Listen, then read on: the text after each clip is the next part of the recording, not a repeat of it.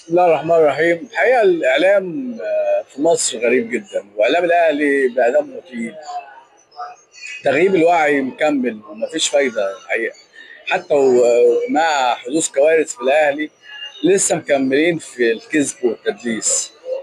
الكلام كله على ضربة الجزاء، وكأن مستوى الأهلي السنة دي وكل ماتشات الأهلي والدنيا الخربانة دي كلها والصفقات والفلوس والفساد وقلة الأدب اللي احنا فيه ده كلها سببه ضربة الجزاء بتاع سيراميكا. مش ممكن. بكائيات كربلاء شغاله. بكائيات كربلاء. ايه ده؟ في ايه؟ هو الاهلي ما اتحسبلوش ضربه جزاء ظلم قبل كده؟ طب الاهلي ما كانش عليه ضربات جزاء في الدوري وما اتحسبتش؟ طيب نجيب لكم 1000 ماتش في ضربه جزاء على الاهلي وما اتحسبتش؟ الحكم ما حسبهاش؟ نسيم ماتش مصر والشناوي وهو حاطط الواد ده الموسم ده. السنه اللي فاتت زيد لما كوكا ضرب الواد في رجله من تحت في ال 18، وسيد عبد الحفيظ كان لسه بيطلع في الاعلام مع فايق، قال في حكام تحسبها وفي حكام ما تحسبهاش. وبعدين بقت كل القضيه ضربه الجزاء بتاع السيراميكا هي دي اللي ضيعت الدوري، مش مستوى اللعيبه، مش شوبير اللي انتوا ركبتوه على الشناوي وهديتوا الشناوي. الكره من 40 يارده بتيجي في جون وينط عليها بالايد العكسيه، بايده القريبه بدل الايد العكسيه. مش خطا ده؟ ده مش خطا يعني. مش مستوى اللعيبه، مش زيزو اللي ما عملش حاجه في الماتش، مش تريزيجيه اللي بيلعب لنفسه وبيلعب مع نفسه، مش المدرب الفاشل ابو 3 مليون دولار، مش صفقات الخطيب، مش الفساد الاداري. ما فيش حاجه غلط غير الحكم. ما فيش حاجه غلط في الاهلي غير الحكم وضربه الجزاء.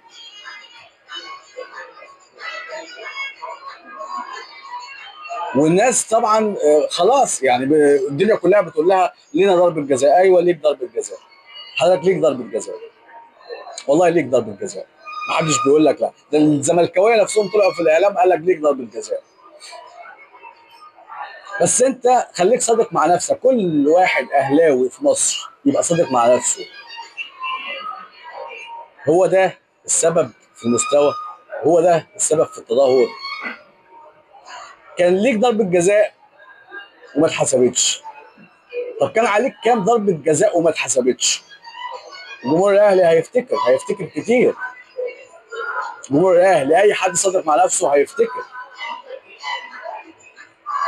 كام ماتش، كام مباراه، كام بطوله. يا راجل ده انت واخد 45 دوري وبتتكلم على التحكيم، ان التحكيم بيتآمر ضدك. طب يتآمر ضدك ازاي؟ خدت 45 دوري.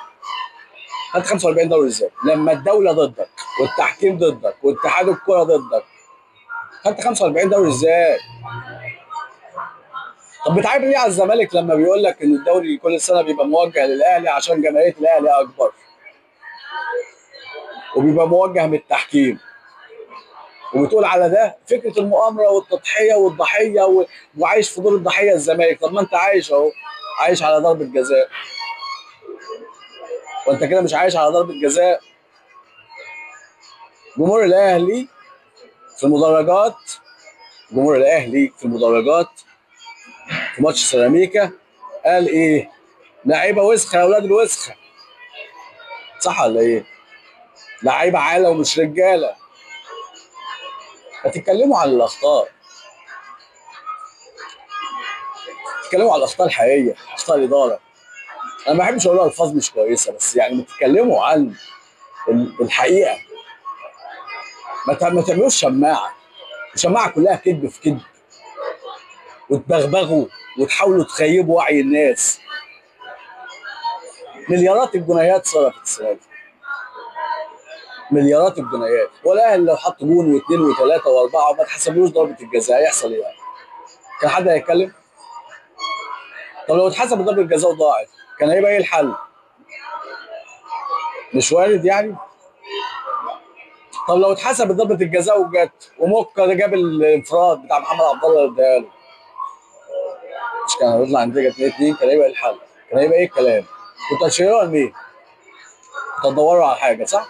ليه ده 6 دقايق مثلا؟ قولوا الحقيقه، بطلوا كذب. الحقيقه انه في فساد، الحقيقه ان مستوى الاهلي وحش، الحقيقه ان اللعيبه بتلعب لنفسها، الحقيقه ان في نفسها، ان في مشكله ما بين الشناوي والشوبير، في مشكله على تجديد حسين الشحات عايز فلوس زي زيزو، في مشكله بامين امام عاشور عايز فلوس زي زيزو وتريزيجيه. تريزيجيه كاتب في عقده انه لازم يلعب اساسي، فبن شرقي مقموص لانه بيلعب مكان بن شرقي. ما تقولوا الحقيقه، قولوا الحقيقه، بطلوا كده. ده اللي مبوظ الدنيا ومبوظ الفريق ومخلي مفيش روح، كله فردي. كام وش ابو نص مليون دولار؟ مين اللي جابه؟ ومين اللي هيديله الفلوس دي؟ بتترمي ليه؟ وايه السبب انك انت تجيب لاعب ثمنه في ناديه، عقده في ناديه 180 الف دولار، انت جايبه هنا 6 شهور، 6 شهور هو عقده في السنه 180 الف، انت جايبه نص موسم ب 500 الف دولار. مين اللي بيعمل كده؟ مش سيد عبد الحفيظ اللي زعلان من التحكيم؟ مش سيد عبد الحفيظ؟ مش ياسين منصور اللي بيقول لك هيعدل الميله؟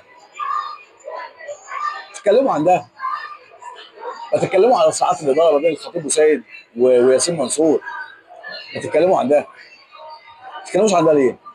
ما هو ده اللي سبب الازمه وسبب المشاكل. ما تتكلموا عن حسام غالي واللي عمله واللي قاله، وهو تبع مين؟ ما تتكلموا عن ده، ما تتكلموا على الحقيقه، عرفوا الناس ايه اللي بيحصل في الاهلي، عرفوا الناس الحقيقه، وقول لهم فريقكم وحش عشان صراعات ما بين الاداره وصراعات على المصالح، صراعات وصراعات وصراعات عشان الصفقات وعشان النفسنه ما بين اللعيبه. بتتكلموا عن ده؟ لا، هنتكلم عن ضربه الجزاء وهنعدم موافقه. طب الف الف مبروك، الماتش الجاي جاي لك امين عمر للمره السادسه السنه دي، الحكم الملاكي بتاع الاهلي اللي بتتكلم على التحكيم. امين عمر، امين عمر جاي لك يا حكم ماتش سموحه، الف الف مبروك، الماتش بتاعك. لو عليك ضربه جزاء مش هتحسب، ولو اي حد وقع في ال 18 للاهلي هيحسب له ضربه جزاء، هيرضيك يا معلم، بيرضوك يا باشا، بيرضوك والله، بيطبطبوا عليك يا عم، بيرضوك يا باشا، انت كبير وتقيل وجماهيرتك كبيره والله، كل الناس عارفاها. بس انت لما تاخد بطوله ضغط هتبقى مبسوط.